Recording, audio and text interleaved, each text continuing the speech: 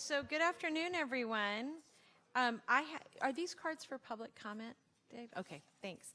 So welcome. We're going to do a roll call, which really means Chief Garnett, you want to get us started? We're all just going to introduce ourselves. Sure. Hi, Laura Garnett from Probation. Tony Tully's Behavioral. You go there. Michelle Diedericks on behalf of Molly O'Neill from the Public Defender's Office. Erin O'Brien, Community Solutions. Mary Crocker-Cook, Behavioral Health Board. Matt Garrier, Custody Health Service. Rick Sung, Sheriff's Office, on behalf of Sheriff Flora Smith. Thank you. Aaron Johnson, Pretrial Services. Amanda Clifford, formerly Justice Involved. Cindy Chavez, member of the Board of Supervisors. Gary Hersig, Deputy County Executive. Keith Lee, Office of Supportive Housing. Amy Lay, Sheriff's Office. Pablo Gaxiola, former Consumer and current Reentry Programs Manager, Goodwill of Silicon Valley. Pastor Tony Williams, Maranatha Christian Center and Faith-Based Reentry Collaboration. Kishan Vajini, South Bay Consortium for Adult Education. And Mike Sellers, Santa Clara Police Department. Welcome, everyone. And I just want to say a very special welcome back to Pastor Tony Williams, who had been away for a bit, and I'm glad to see he's healthy and back with us. In fact, I'm going to hand the gavel and let you start if people get rowdy. You're in charge of that today. So we're going to go to public comment, and this is an opportunity to speak on an item that is within the purview of this committee, but not on the agenda. So may I invite up Myra Mejia to be followed by Emma May Hildebrand to be followed by Scott Largent. Welcome. And I know it seems weird, but you just come right to this podium. If you come forward, you can come in any order. Yeah, you're perfect right there. Hi. Welcome. Thank you. Hello, everyone. My name is Myra Mejia. I am the Director of Family Services with Conexión. And I am here to just really highlight an opportunity for Opportunity Youth that are 18 to 24. Some of you might have gotten the flyer. So basically, this is an opportunity for youth that are currently or previously justice engaged, who are seeking to stabilize, to either gain employment, training, to join a union. So if you look at the flyer, there's about $850 worth of incentives. And we're doing that because we realize a lot of our youth are currently going through a lot of barriers. And in providing incentives, we have retention. And so that's been helpful. And do you have the flyer? I do not, but I think maybe... I have some copies for you. Okay, a couple people do. But you can hand them to all of us. And then one thing I would like to ask, if Maya is here, if you could soft copy it to Maya, then we can send it in soft copy to the group. So if they want to send it out, you can.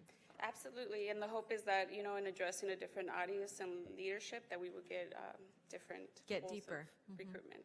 Thank you. Thank you for being here. Keep up the good work. Welcome. And then Emma, let us grab that for you, that shorter mic. Thank you. Good afternoon, and thank you for having me.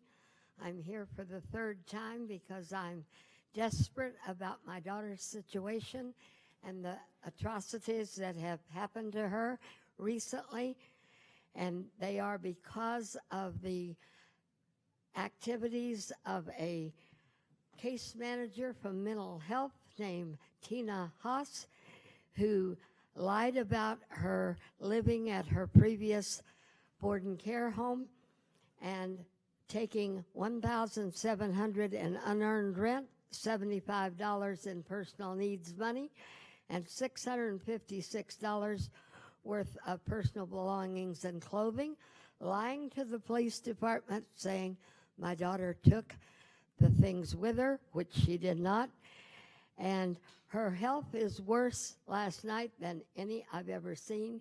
Yet on June 13th, I had spent 2 days with her, at least 9 to 10 hours each day, and she had never been in better spirits or health, although she had been sleeping on the streets and homeless.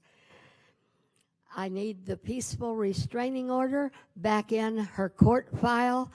It's not there, and Judge Manley offered to either erase it or leave it standing, and she said she wanted it left standing in July. When I brought the bed bug problem to Judge Manley's attention, with colored pictures and a letter. He graduated my daughter and dropped the case. She should be reimbursed for all the scars and the abuse she has suffered at the owner who refuses to talk to the rep payee. Social Security is very upset with the fact the rep payee has paid out these funds, and as of this afternoon, the owners nor the case manager has gotten in touch with the rep payee about paying the money back. And my daughter needs an evaluation, and she wrote a letter, which I have, wanting Bethesda Naval Hospital to evaluate her, since as a child she was in that hospital twice, but not for psychiatric reasons. She needs immediate medical attention. She has no plans for a future home, and this is part of her stress and I call abuse. Thank you for Thank joining us. you for listening to me. Thank you. Do you have anybody here? Do you have anybody here? I'm just wondering. Thank you, Scott. Welcome. Hi, good afternoon, everybody. Scott Largent. Interesting listening to MMA talk about her problems that she's having. I've seen her come to several supervisor meetings now. She was at the Justice and Public Safety Committee. It kind of seems that when a problem comes forward, she's talking about her daughter in whatever sober living environment. I mean, whatever it is, it sounds like we have some bug bed problems or whatever it is, and there's some issues going on there. So rather than kind of going after any of these places to have them clean it up, fix the problem, hold them accountable, it seems like the case just gets thrown out or dropped. Now, that's not the right damage control that I would think that we would need. We should be looking into the actual underlying problem that this woman's coming here talking about with her daughter. We just cover our tracks, and that's just sad. I see that a lot. I'd like to thank Police Chief Sellers for attending these meetings. I live in Santa Clara, and I do appreciate you taking the mental health issue seriously. I'm very concerned that our police chief, Eddie Garcia, is not at the meeting today. I'm very concerned that the San Jose City Council members that are on this committee are not here today. And I was very concerned that for most of the reentry center, the subcommittee, we never had Shawnee Williams there either. So there's a big disconnect right here. And I'm very curious about that. I don't know why that's the case. I mean, we all kind of can make it happen. I'm upset about it. I put together some stuff that I wanted to address with Chief Garcia, the mental health issues, property. It's just not appropriate for him to be here today, I guess. So I had another great visit with my daughter today, which is going really well. I'm enjoying that a lot, and I'm not trying just to complain about everything, but what the system wants to do with my ex and I is they want to divide us for the next 15 years of my daughter's life. This is not two sober parents that now have no criminal records. You would think they would sit us in a room and say, hey, you need to buck up and learn how to co-parent. Instead, what they're going to do is just divide and rule. We pull into parking lots, we go into these rooms to meet our kid. It's just separate, separate, separate. There's no stay-away order. You know, we have a daughter and we need to learn how to raise her. And now my ex, because she doesn't trust any of this stuff, when I started telling her I was getting sober, I was getting into these programs, remember, it was deny, deny, deny, deny, deny. So she kept thinking that I was still doing drugs because it sounded like I was crazy, that none of this stuff would accept me because I'm not a felon or a parolee. I'm just frustrated with it. And I don't want to continue to pay into this scam. She's now got one of the best attorneys you can get in Santa Clara County. You guys know that she did not cooperate. Now, I blame the system. Nothing was ever enforced by our DA's office or any police department. But now her solution is now she's got the best lawyer possible. So now I have to do the same thing. And what happens? We start to fight it out in court. Experts, attorneys, and what do? Pump it into the system till my daughter's 18? I need skills to learn how to co-parent, and I still need drug treatment. I'm going on 3 years sobriety, and I've never been able to get any help. Felons, that's it. So, thank you. Thank you, Scott, and I'm glad you had a good visit today. Thank you. Item 3 is to approve our consent calendar and any changes to the agenda, and we don't have any changes to the agenda, so can I just get a motion to accept our minutes, or to receive our minutes, or approve our minutes, I'm sorry. So we have a motion, do we have a second? Second. Give a second. So that was Chief Garnett and Pablo. All right, all those in favor say aye. Aye. Any opposed? Any abstentions? We're going to move on then to item 4, and this is to receive a report from the Office of the County Executive relating to the increase of mentally ill individuals entering the criminal justice system with projections and recommendations for the next 2 years on how to minimize the impact on the jail. Good afternoon, Gary Hersig, Deputy County Executive. Before I start, I wanted to thank Michelle and Gilda from the Public Defender's Office, Haley from the Mental Health Oversight Commission, Janae from Superior Court, as well as Gabby from Behavioral Health, who all contributed to this report and did a tremendous amount of research and data mining to produce this report today. So thank you all. First slide, I just wanted to start with a quick overview of what's happening at the state level, with the preface of saying we don't currently have any local data on our in-custody population as far as the number of mentally ill and seriously mentally ill in our jails. Custody Health is currently working on a data dashboard, which was recently completed. However, they're currently validating their data to make sure everything is correct. So we expect that, Matt, in a month or two to be complete, and we can share that at a later date with this committee. So what you have before you today is some state numbers that was presented by the Stanford Justice Policy Project. And what they really show is at the state level an increase of number of mentally ill in prison.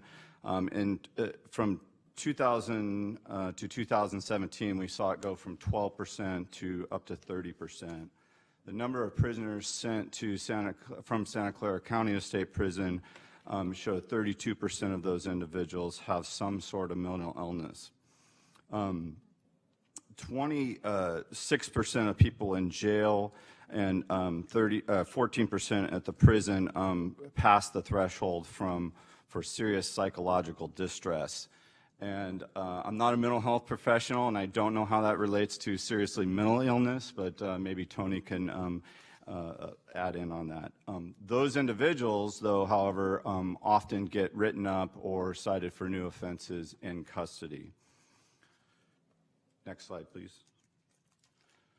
The next question that we received was, why are the numbers of individuals going up in Department 61, the mental health court? What we saw since January 2016 is that the numbers are actually relatively stable.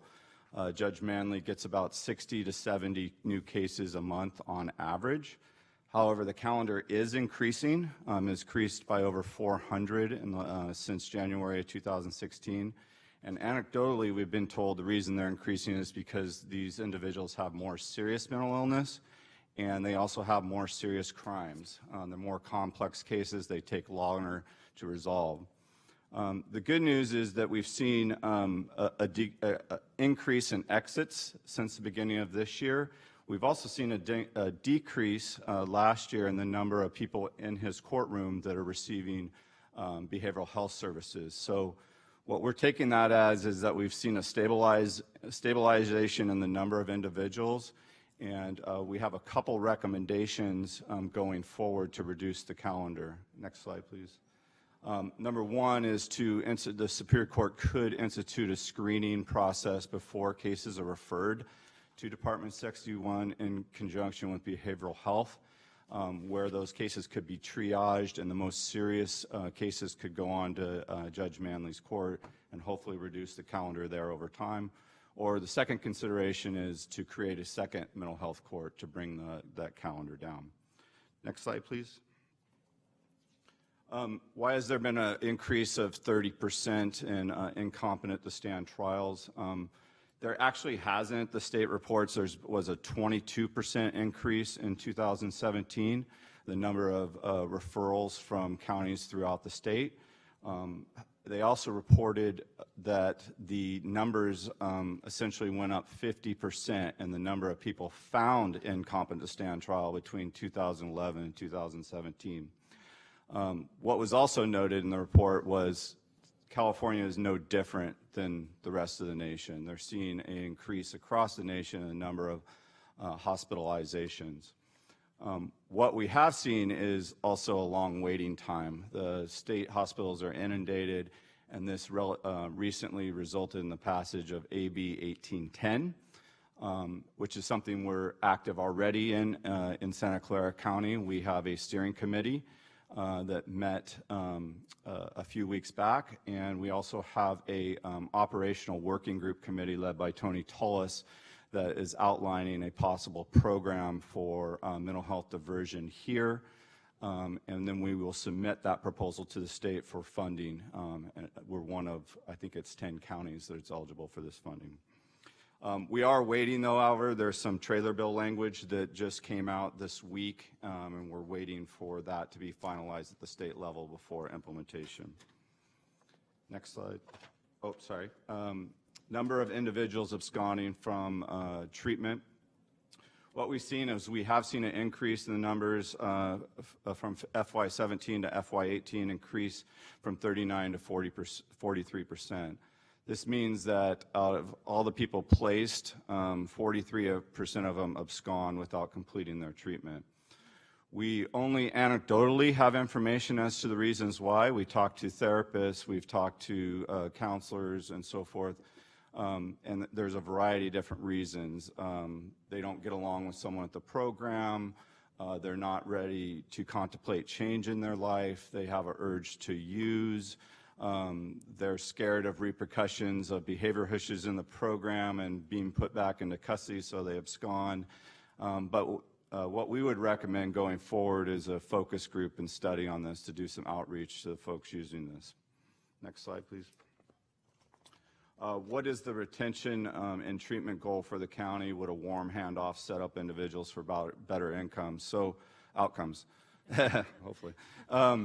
So one of the things that we've done with the CAPS program is we have a warm handoff from the Sheriff's Department that brings them to the Reentry Center, and then the Reentry Center CAPS supervision team does a warm handoff at the program. Unfortunately, we've done that, and we've done that pretty well. However, we still are having this high absconsion rate. So we're looking at alternative ways, and I think a focus group would provide the support. The other thing that's come up recently is sometimes when they're in custody before they're released, they're assessed at a certain level of care after they've stabilized. Well, while they're in custody, that assessment is in a controlled environment, a very controlled environment. And when they go out into the community or to a program, that control is a little different and their needs may be a little different. So we really need to look at the assessment process and how we're doing that in custody, and also reassess when they're out of custody to make sure we're putting them in the appropriate level of care. Creating the appropriate warm handoff I spoke about, outreach teams. Also, we found a lot of success with the CAPS program. Therapeutic wraparound supervision with prompt access to services in lieu of jail time is something that we experience. Ironically, some individuals, when they abscond, they come back to the CAPS program and ask, can I stay on the program or can I continue with services here in lieu of the treatment facility they're in? So that's something that we would recommend considering more often. Projecting rearrest rates, what we saw from the SAMHSA grant for Department 61 clients is a 59% rearrest rate.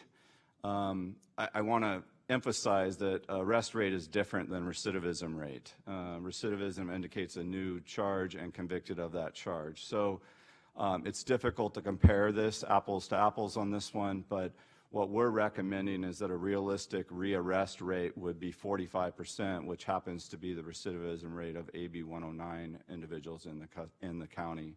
One of the reasons we recommend that is because the Stepping Up initiative indicates that we should be striving with the mentally ill population to bring them within the same as the rest of the criminal justice population.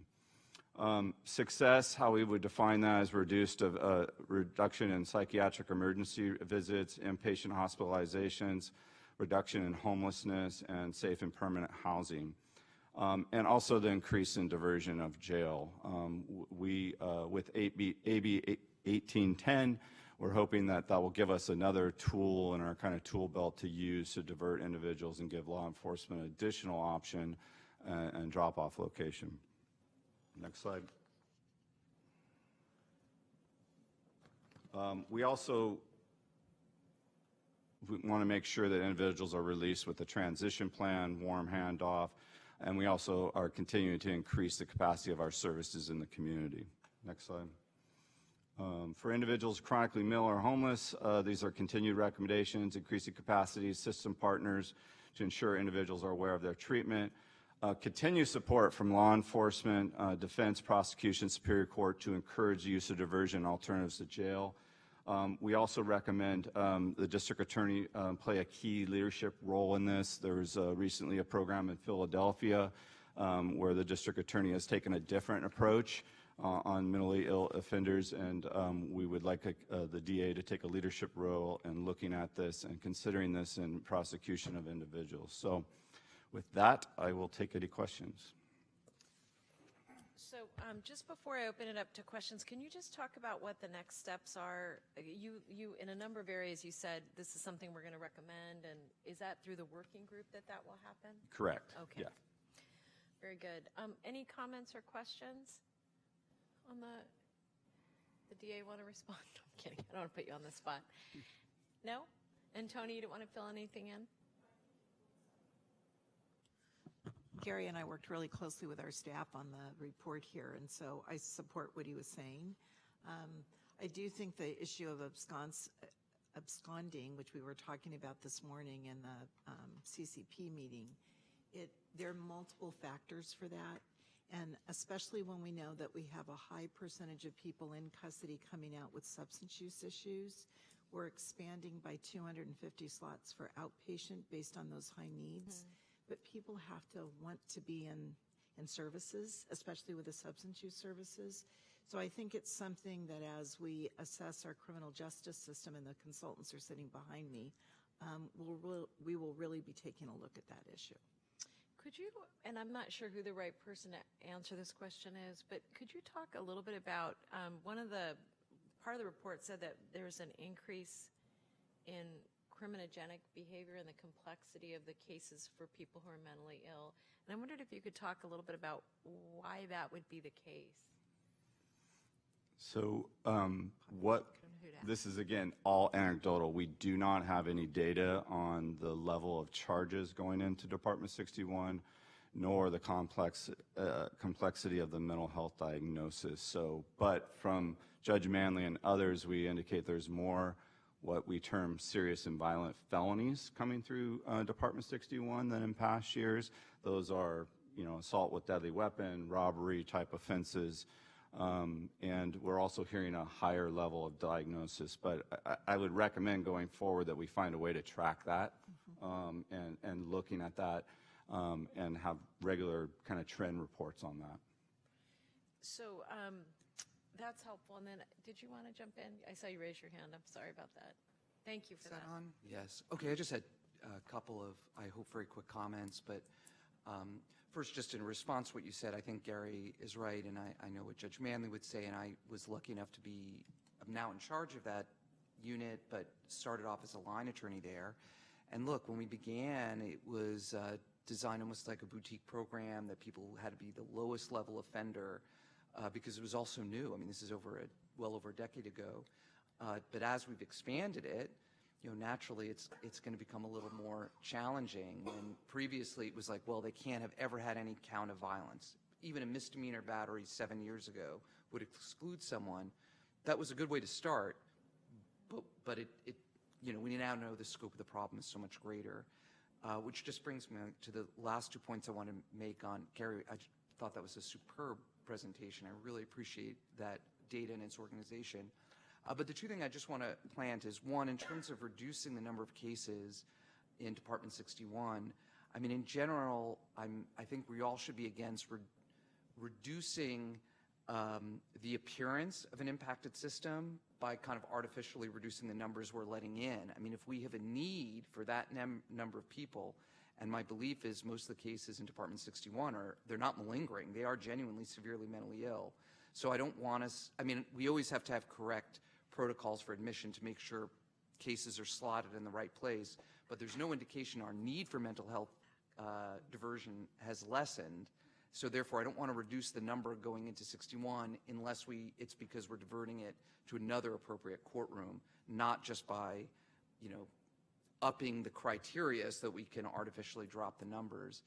And secondly, and this is kind of an issue of mine that I brought up, I know, on other occasions, but when judging recidivism, I really don't think it's appropriate to look at arrest rates. And part of the reason for that is if one of the lessons that this commission has had is that a disproportionate number of severely mentally ill people are in custody because of negative behaviors that, in a way, could be appropriately handled outside the system,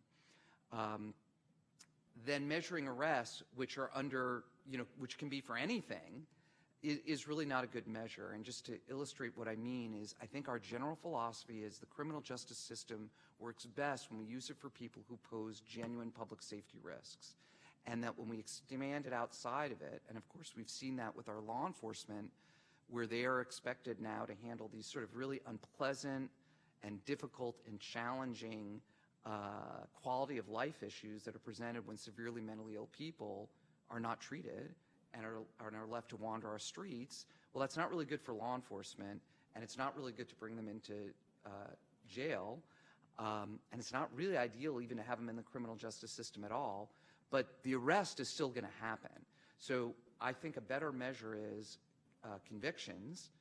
I also say that as a prosecutor, it's really important to me to remember not everyone who's accused of something is guilty of it, and they have to actually be guilty, but also convictions for things that implicate public safety. And I think that's really going to be important for our mandate to our public, who doesn't, we don't want to release people, we don't want to fail to both hold people accountable and to treat people who are really dangerous, because that threatens all of us. But I think if we see a drop in that or a low rate of that, that's very, very good. There's going to be a period of time with severely mentally ill people who you let them out and they get high again, or they steal another shopping cart, or they're whatever, doing things in public they shouldn't be. Well, but that's just part of the process. So I don't think that's something we should measure as a failure. Yes. Oh, I'm sorry. I don't know how to turn this. Christine's going to get okay, Christine, and then Judge Manley. Okay. Thank you. I just want to ask, my understanding of this Thank you is for that a that, person can be considered to be diversion away from jail if it's determined that their offense is due to their mental illness. Is that correct? Let me just clarify that. We're waiting for trailer bill language, and that's one of the issues that's currently being negotiated. So I guess my question is, how will that be determined? Who will determine that? How long will it take to determine that that's what the issue was that brought the person? I believe the court will be the ultimate decider of that. Is that correct, Judge Manley? Yes, the court makes the ultimate decision, but the recommendation must come from a qualified professional, which is normally a psychologist or psychiatrist. As the statute is written now, Gary referred to the trailer bill that would make substantial changes in it, but that is still pending. But as written now, it would be a qualified professional, and whether or not the court determines who is qualified. The final decision is made by the judge, and the judge has complete discretion. Judge Manley, did you want to? Yeah, I was just going to, again, thank Gary for his hard work, and we really appreciated his letting us be involved. I think there are just a couple of things that I think are important to understand. And one is to reiterate the factors that, and I sit there every day and watch this. The crimes are far more serious, as David mentioned, than years ago. The extent of treatment needed is much greater than it ever was before. The need for locked facilities, for crisis residential, for case management and supervision has dramatically increased from where it was years ago. And that is, leaving aside numbers, if you just look at, because every week, including this one, there are new people coming in. And when I look at the offenses, and I look at the sentences, I see this dramatic change. The other thing I think it's important to understand is the reason I think programs like this are so important is because in the past, low-level offenders came in. Now offenders with very serious offenses, however, in many, if not the majority of those cases, with the concurrence of the public defender and who represents the defendant and the district attorney, those sentences may be modified, which they are, and reduced. So in other words, the number of people who are in jail goes down because they are then released. And I don't think Gary had, and maybe he mentioned this, but the completion rate of the program is nearly 70%. I think it's above 70% now, when you look at it over 3-4 years. So 70% of the people who come in complete, and that is reflected in his data of the numbers dropping. The other thing that I think is really important to understand, and this I know I've talked to Tony about, I know she's very understanding about this and is making an incredible effort to change the way we work, as is Gary, as is the CAPS team. The engagement and re-engagement of people who we see again and again is so critically important because we have done our own focus groups with clients, which I discuss with them every day. Why did you leave the program? Why this happened? Why that?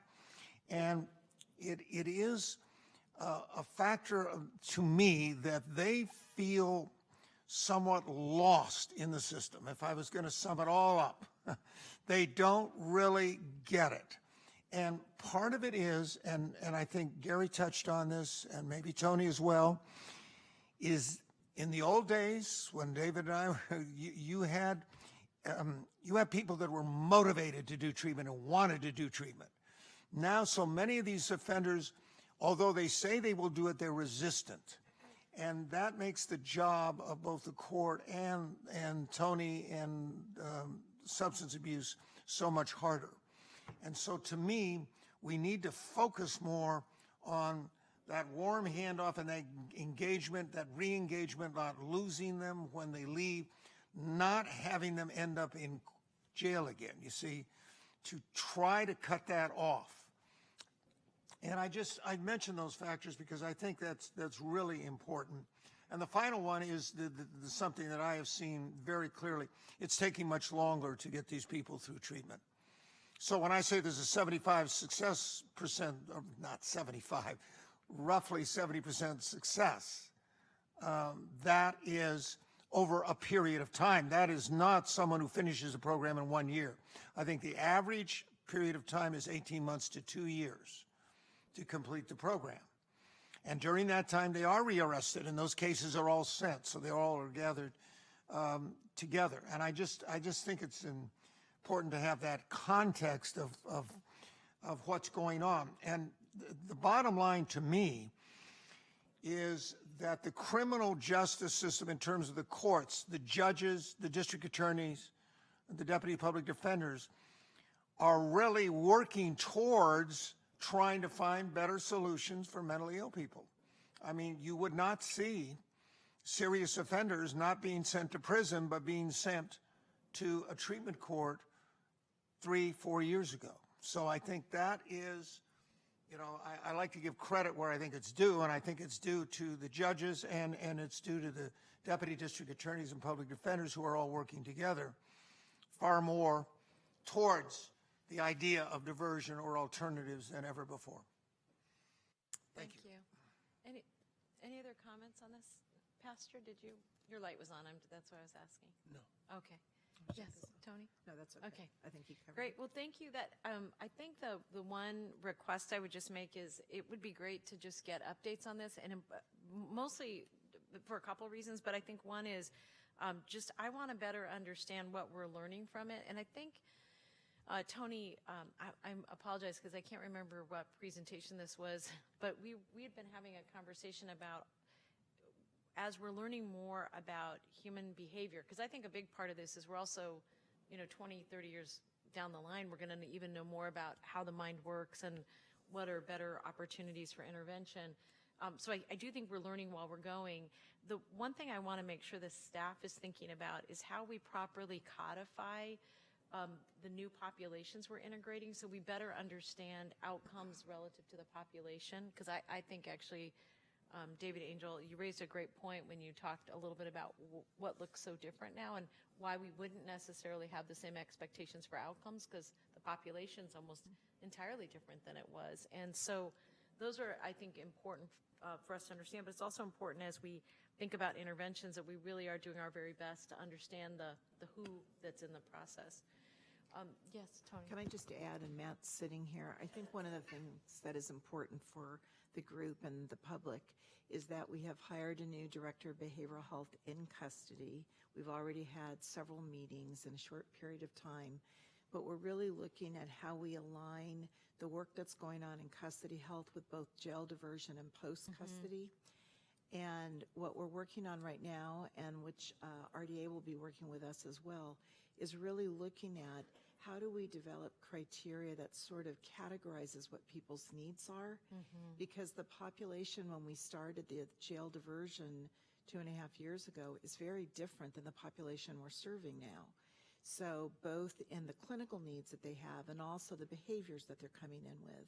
So we've got Aaron here, the providers that are caring for these people say we need more staff, we need more this, we need more that, because of the complexity of the people we serve. So what Matt and I are really committed to is developing sort of a screening tool to look at different levels of need. And I think we have much more information now, Supervisor, than we had a year ago or 2 years ago. And we'll look at all the data that we currently have available to do that. But I agree with you. I just think that it's a different time. And what Judge Manley is saying, it's very different than 2.5 years ago. I know, and I think we're moving in a better direction. Pablo? So just kind of listening to the perspectives that I'm hearing, I hear that 70% as an encouraging number. But I think if I'm trying to put this thought together, so just bear with me. There's a trend that's kind of happening within the community, and it's not from this side, it's from the consumer side, where the trend is more your level of social status is increasing the further you're getting away from the criminal justice system. So if we can find a way to kind of capture that in a way where individuals, it becomes cool to take your meds. It becomes cool to complete your programs. If we really, really look at, we have all of these programs set up, but if we start looking at organic ways to kind of bring that way up or figure out a way to involve what's already happening there and start looking at it from the perspective of people, okay, how do we encourage individuals or get behind that trend or that movement that's already starting to take place? It's a spark, but if we have support from, the people that are sitting here, and we could develop programs where we incentivize people that are completing the stuff that it's for their benefit, but in the same token, we got to get them to wrap their mind around it, because we could create programs till we're blue in the face, but it ultimately comes down to that individual, and that's something that we can't quantify, is that people need to make that decision for themselves. And if we could figure out a way to kind of enhance the ability for a person to do that, or make it something, I don't know, for lack of a better word, cooler to do, I think we'd be making more progress. Just something to think about. Judge Manley, and I just wanted, Scott, I did not forget you. So when Judge Manley's, you can come on up. Just one final comment, Supervisor, that I forgot to include, and that is in looking over the last 5 to 10 years, there is a subpopulation. It's not even a subpopulation. It's becoming more and more of the regular population that are not just mentally ill, and they're not just, they have cognitive disabilities. And I'm very thankful to Miguel and to Gary for listening to me and trying to work on this. We need to bring in the medical, because the traumatic brain injury is not a mental illness. Dementia is not a mental illness. When they come back from the state hospitals and are sent to me, they have diabetes, And we really, these are the people that I worry the most about it, because they are the ones that stay in jail the longest, because everyone's afraid about, you know, we don't have a treatment plan for them. And so I just wouldn't want to forget that is a new group. We did not see this 10 years ago. So you have much more of that than we ever did. Thank you. Scott, welcome.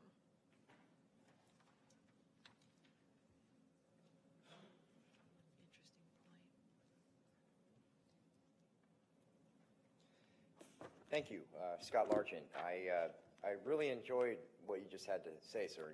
You're a sharp cat, and I would agree with you on that. You know, once people complete a lot of this stuff, you know, why don't we open up more doors to help make their lives easier? We don't really do that. You complete one of these programs, you're kind of still having to fight to survive, you know, kind of like you said, make it cool, you know. You complete a program, maybe then we'll open up that door that you can get housing, maybe then you can maybe get legal assistance to fight for your kid, you know, maybe we can help them with you know, open up those doors. And if they start completing the things, more people are going to want to do that. Where are all the success stories to any of this stuff? Does anybody ever complete any of this? I mean, that's what I'm kind of, you know, I don't see any like public service announcements and, you know, show what, you know, methamphetamines, alcohol does to somebody, but then here's our success stories from our county when they participated in all this stuff. Here's what we did. I don't see that ever. I don't see that picture of that person up there, you know, saying, hey, you know, Doug did all this stuff and we opened up all these doors. I don't see any of that stuff. And this might seem kind of weird, and I know we're in a room with a lot of very intelligent people, and I guess it'd be more of a medical thing.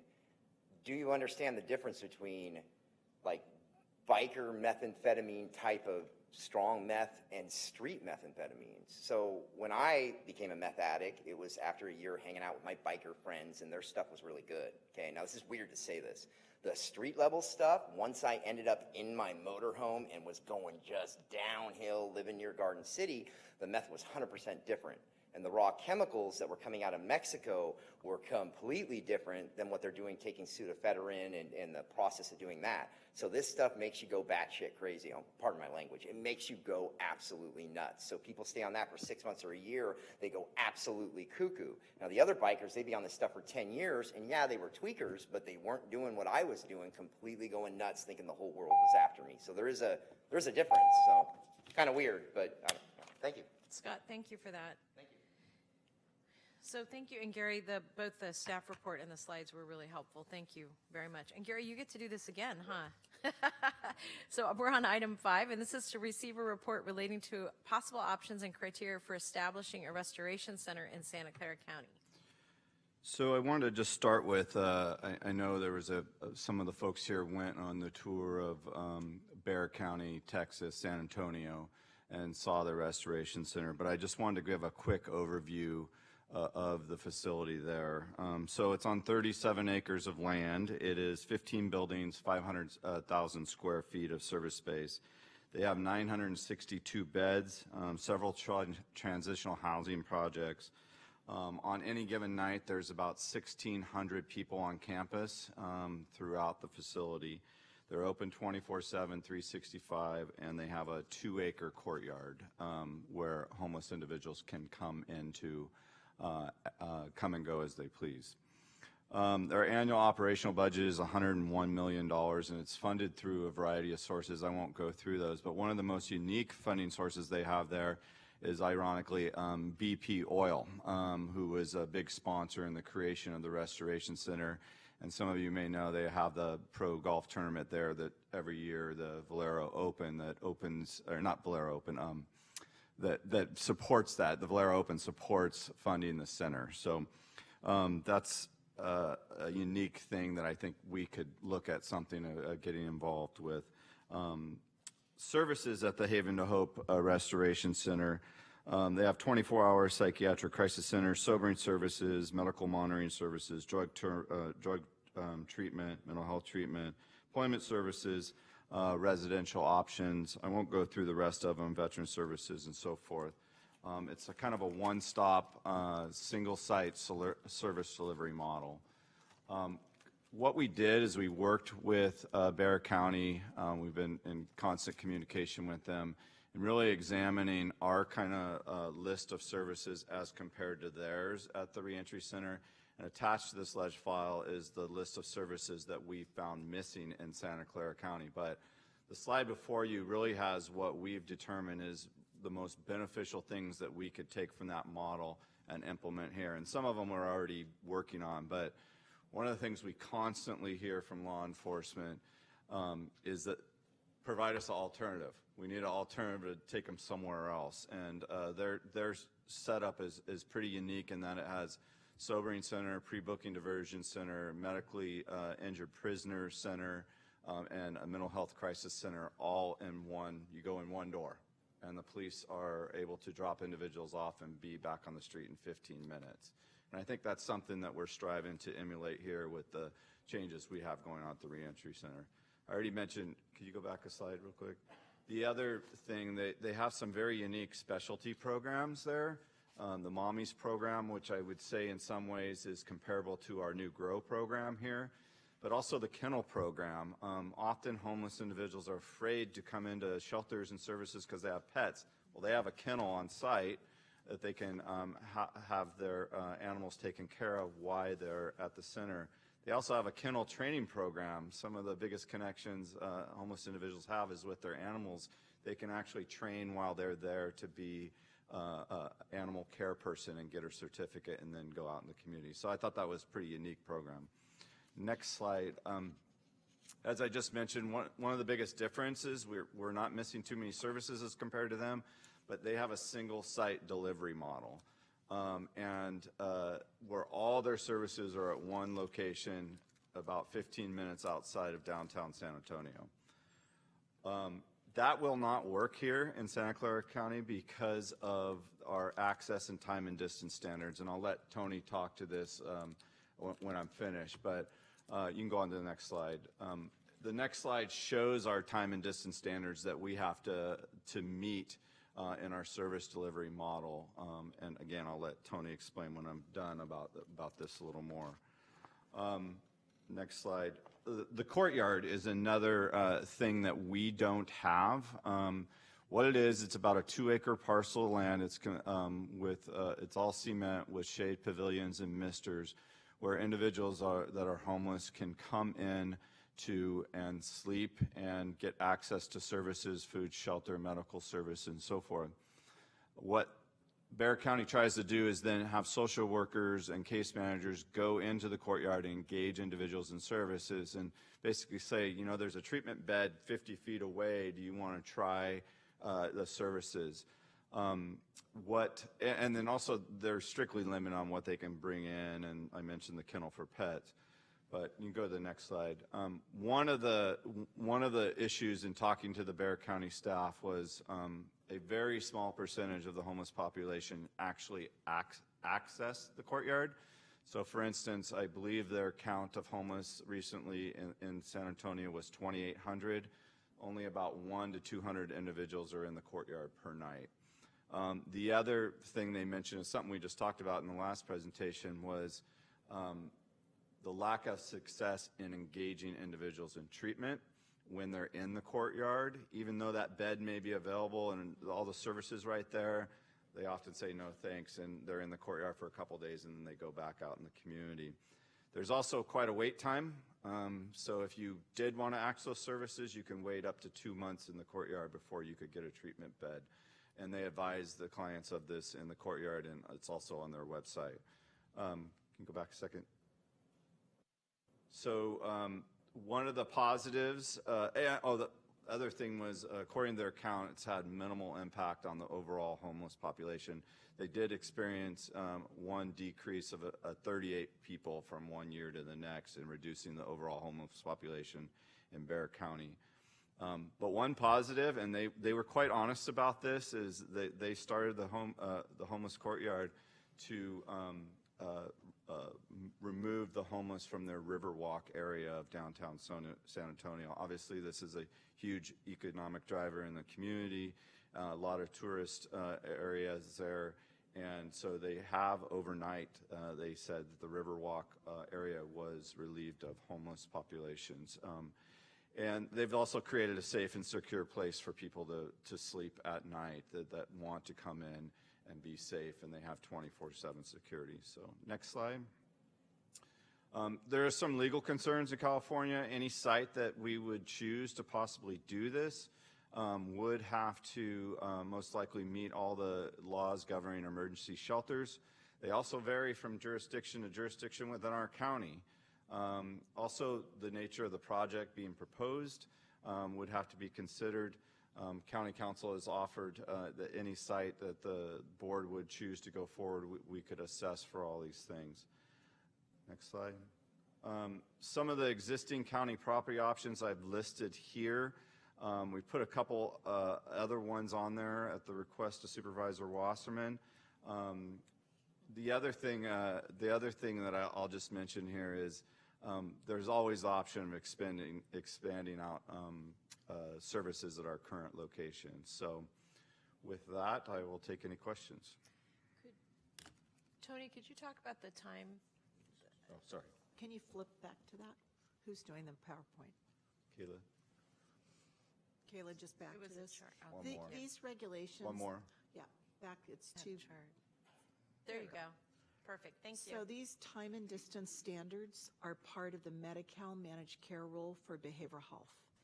And these standards come from the state. This is new. Every county has been assigned time and distance standards.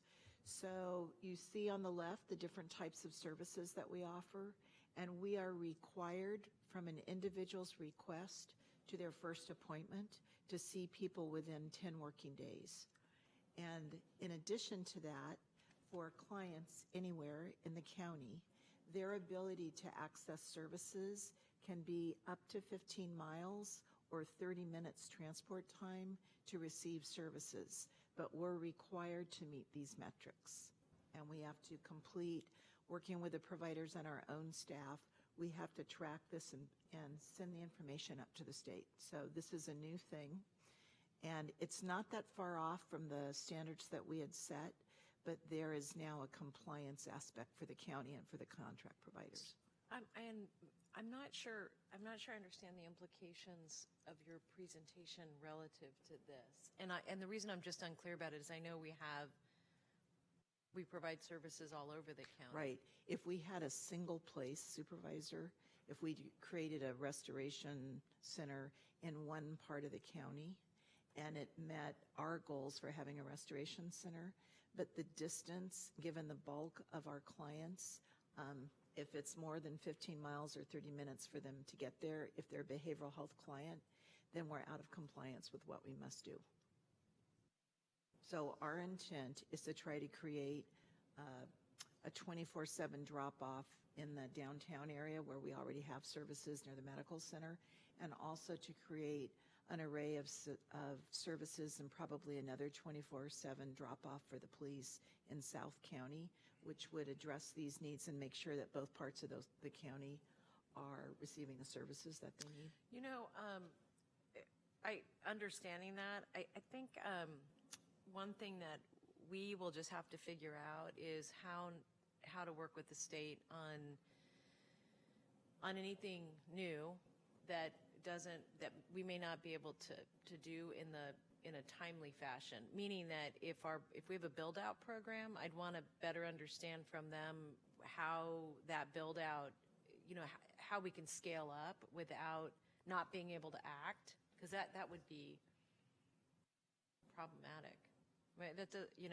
I would have to say, I was just with the state yesterday. At this point in time, all of the counties are being held accountable, and all of the counties have had to submit a network adequacy certification tool. And every county in California, including us, ours is just on psychiatry, which we can address. Every county now has a plan of compliance to meet these requirements. Over what period of time? Over the next 3 months. So maybe I'm not understanding. So if we add a new service, what we're saying is in order to add a single new service, we would need to have that new service available to everybody in the population within 15 miles at Jump Street. Like we wouldn't be able to scale up to service provision. If we want to do any type of service, We've mapped out the entire county. We've had to look at bus routes. So for any service that we're setting up, we would want the client population to be close to that service. And we're looking at what the demands are across the county to design in that way. So as long as where the population needs services, we're meeting these standards, we're fine. We can put in place whatever we want to put in place. But if the intent would be a type of restoration center in one part of the county for all of the clients we serve, that would not meet these requirements. Oh, I understand that. Okay, That and the makes state more is sense. not lenient on these requirements. Yeah, I guess, my own thinking is that at some point, one of the challenges we're going to have, and I'll just use the reentry center as an example.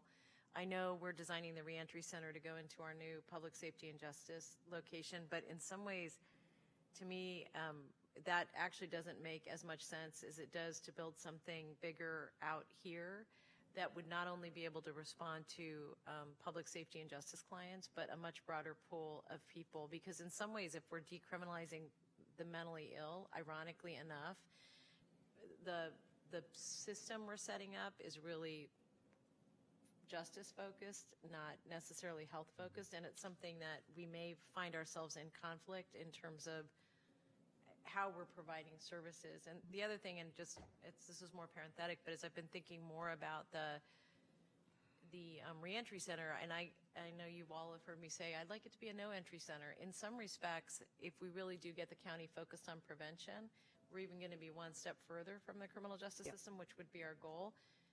But our reentry center is we have a cluster of services focused again on a subset of a population that we're really trying to expand the services out. So I know we're a little bit a ways from the Ritchie site being developed, but even the discussion we were having yesterday here at the board, and for those of you who were reading the Mercury News, you would think that we don't do work on behalf of homelessness, so I'm a little mad at them today. But I'm not mad actually. But my only point is that some of what we're learning may impact design much more directly than I think we thought about even as we were doing the design initially for the Public Safety and Justice Center. So for what that's worth, that's been on my mind today. Oh, sorry, Judge Manley, go ahead.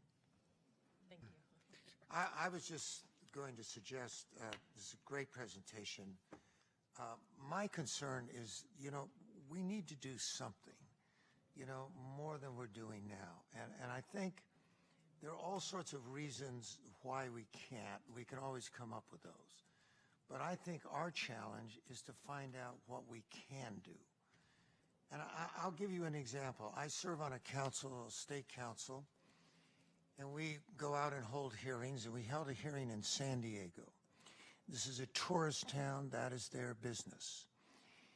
They have developed homeless tent encampments in downtown San Diego, where they provide all the services that Tony's talking about to the people that live there.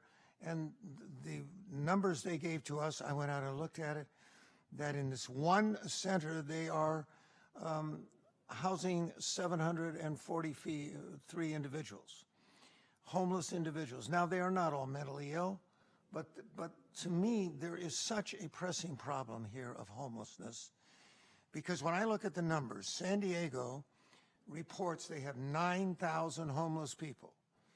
We have 7, is what I read. I mean, I don't do the studies, but that's what I read. We are so much smaller than San Diego. To me, in proportion, we have the real problem. They don't.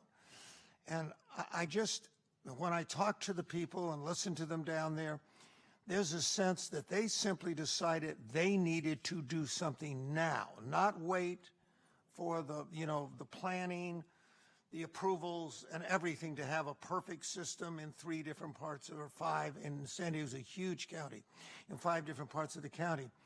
And I just think we need to take that kind of approach, because this is getting worse, and it is going to impact the criminal justice system. I mean, it is going to impact our jails. I mean, there's just no question in talking to them in San Diego that is exactly what they were focused on. And they're totally, it seems to me, focused And many of the things I don't particularly agree with, but I think it's wonderful that they're really trying to come up with solutions now. And that's all I urge, is that we try to reach some kind of consensus of something we can do now. Thank you. Any other comments on this section? So let me ask this question of you all.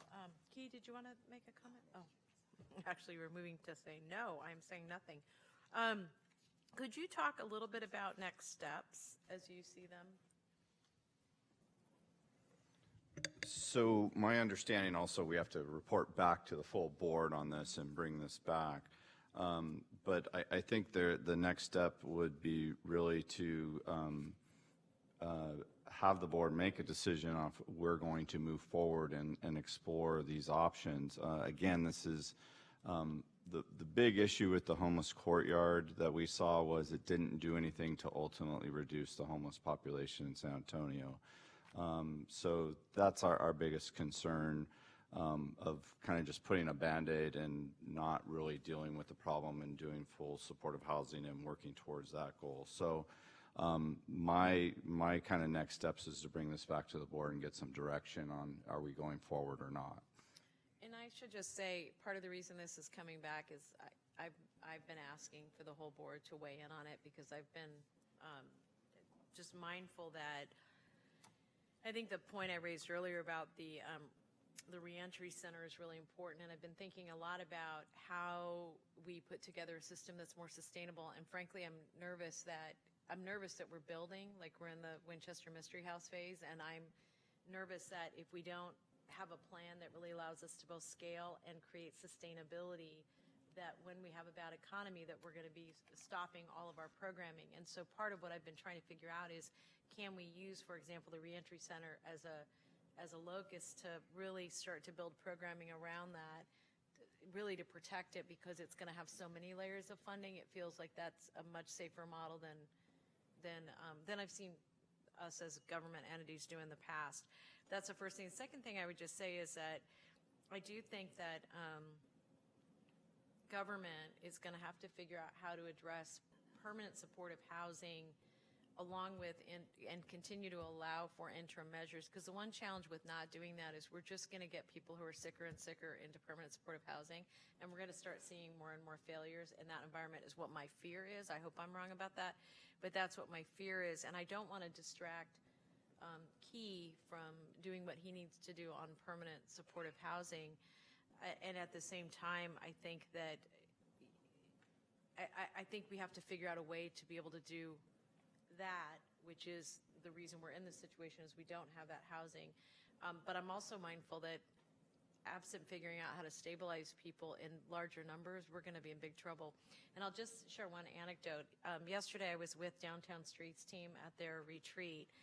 And for those of you who don't know, Downtown Streets team works with homeless people who are all over, and they're now in like 9 counties or something. And anyway, one of the people there, they're a complete advocate for housing people, that said to me, I know we're focused on permanent supportive housing, but if it's all build, then we're not doing X, Y, and Z.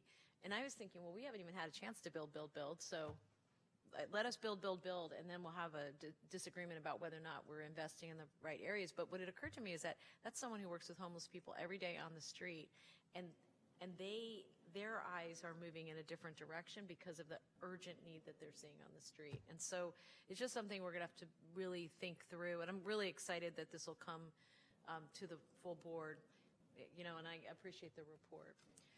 So I have no comments from the public on this item, and no other comments or feedback from anybody here? Okay, so then we're going to move on then to item 6. And this is to receive a report on the Office of Reentry Services relating to the status of updating the Adult Reentry Strategic Plan. Javier, take it away. Good afternoon, Javier Aguirre, Director of Office of Reentry Services. So this is just our update on our progress on the Adult Reentry Strategic Plan. And just to remind folks, so about a year ago, we convened this group to work with our facilitator, DC Design, And based on your input and their findings, and then some of the information that we had in our original strategic plan that was approved by the board back in October 2012, I just wanted to remind folks about our mission, vision, and guiding principles. And based on all that information, we've developed our key 4 strategies there on the bottom, which are serve the client, strengthen collaboration, steward operational excellence, and support public safety. So just a quick update. So where we're at, we're in the phase of identifying and validating proposed solutions. So this just gives you a timeline of where we started, and we did form 4 adult reentry working groups, and they will reconvene once we've present a final draft on the strategic plan to reentry network. So we provided an update back in June of this year, and we wanted just to again remind folks of how we started with the reentry strategic plan. And when we adopted the plan back in October of 2012, our objective was to assess the risk needs levels of the county individuals and inmates, both that were coming out of jail and prison, and then those that were placed on probation.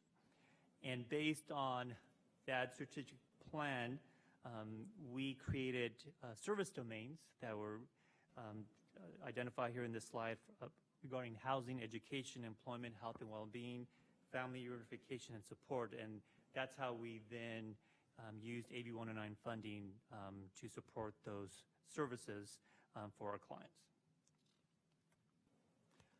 And then also based on the adult reentry strategic plan, one of the pivotal strategy was to create the Reentry Resource Center.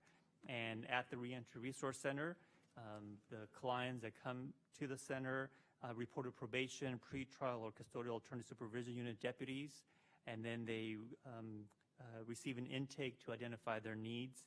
And our goal there is to ensure that all individuals are enrolled in public benefits, make sure that they're enrolled in Medi-Cal, receive primary and psychiatric services through the medical mobile unit.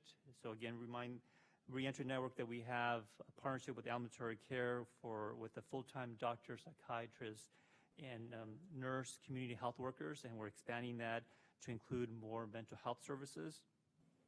And then once we meet the basic needs, we then do additional screenings and assessments. So this is done by the behavioral health team there at the Reentry Center for referrals, linkages, and enrollment in substance use and mental health services. We also do the VI SPDATs, and that's basically the screening for folks to make sure that they're in the community queue for permanent supportive housing. And then we also provide other services out in the community. One expungement at the Reentry Center, but other in the community, such as education, transitional employment, day worker program, job ready support, or violence prevention. So at the last meeting in June, there were some questions from the Reentry Network, and the first question that was asked was, how is the adult reentry strategic plan and the work of the Reentry Center being integrated with other services and systems, and then how do we enhance? So just one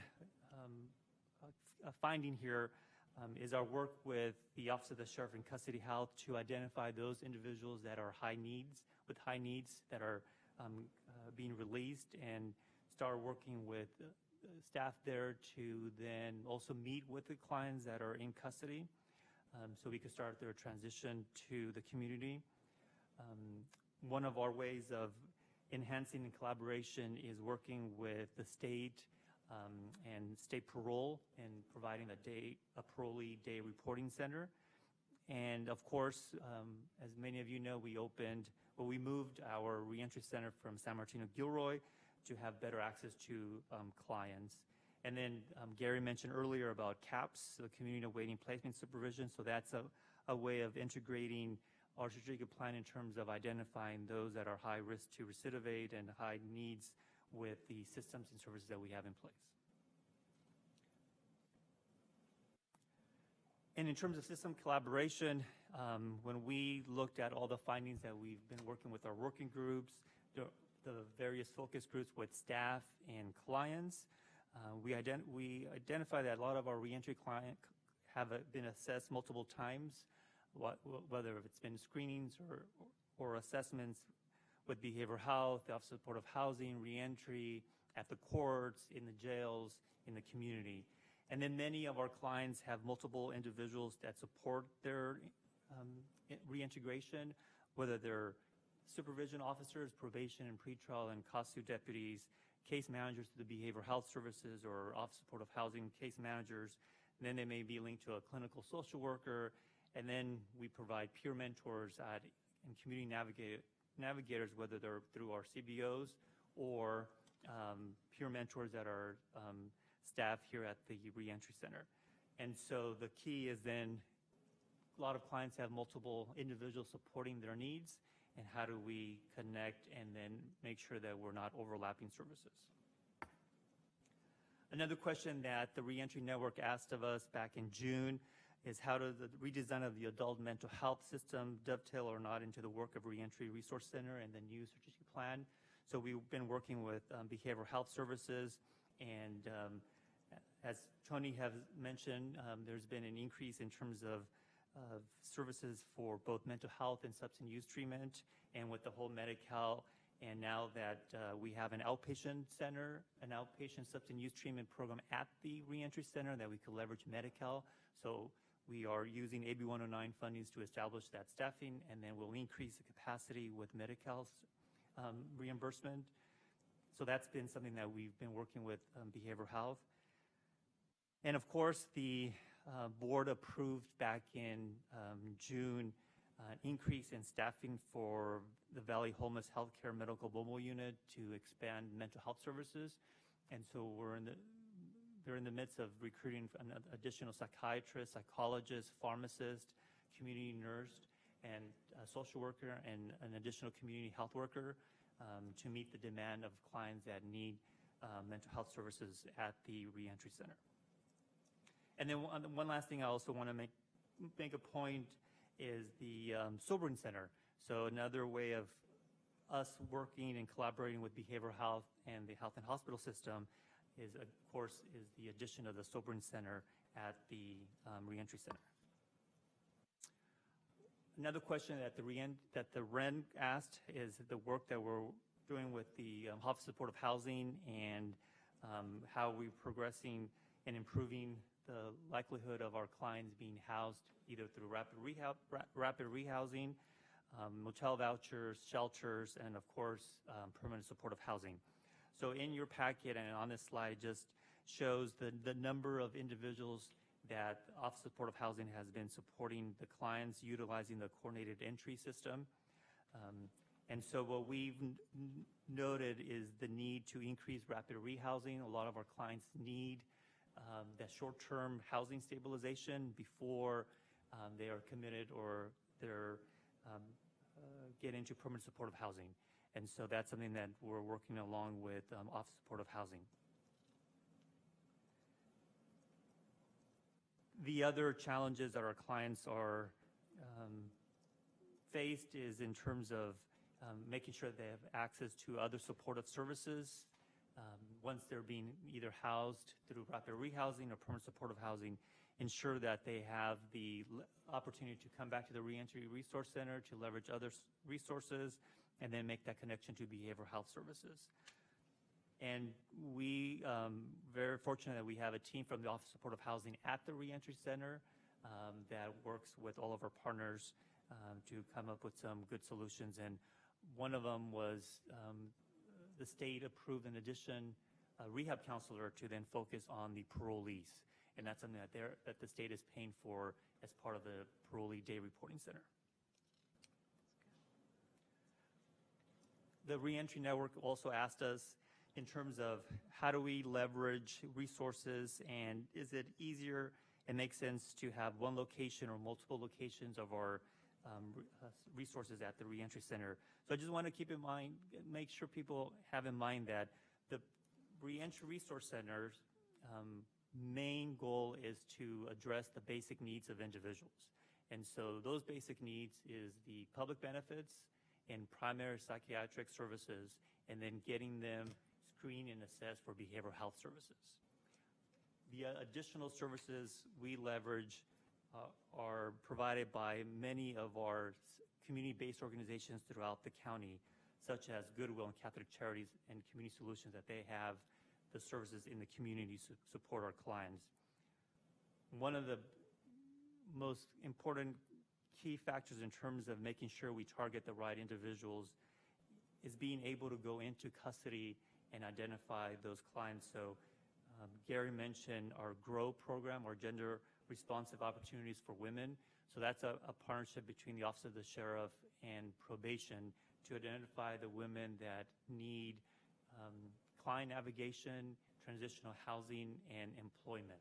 And so there's a separate individual case managers and support services that we provide those women that are identified in custody. So the question again is, should we have all those resources and services in one location or throughout the county? And clients, it will be challenging for Goodwill to set up shop here at the Reentry Resource Center, or to have intensive outpatient program at the Reentry Resource Center. So it's critical that all those services are out in the community. Transportation, of course, is a challenge in terms of getting folks from point A to point B. We do offer clients VTA bus vouchers, bus passes, and then also quarterly uplift vouchers. And currently the county executive is finalizing an assessment on transportation needs that we could then look at other opportunities to transport our clients. Those of individuals that are, of course, in high need, we have county vehicles that peer mentors and staff at the Reentry Center can take clients to the pharmacy or to their treatment location. So as we develop the update to the strategic plan and create new programming, we really want us to focus on these strategies and goals. So these are the strategies and goals that we presented in the past to the Reentry Network. We've included those as part of our recommended budget that the board approved this past June. And of course, it's the serve the client, strengthen collaboration, sustain public safety, and steward operational excellence. So when we come back to the Reentry Network, either in October or December with a complete strategic plan update, we will follow these strategies and goals. And so with that, I'm open for questions and comments. Great. Are there comments or questions? None? So Javier, thank you for taking all of our input and answering all of our questions. I am literally left speechless. Well done. So seeing none, this is our last item on our agenda. And Javier, thank you. Very, very good report and very thorough. Thank you. And we'll see each other again. When is that? In October. We'll be bright-eyed and bushy-tailed. If there's any recommendations that people have for the agenda, you can either say it now or let me or Javier or Maya know. And Judge Manley, we're already meeting with you, so we got you covered. But if there's anyone else who'd like to give us feedback, please let us know. Thank you, everyone, and good work. We're moving in the right direction.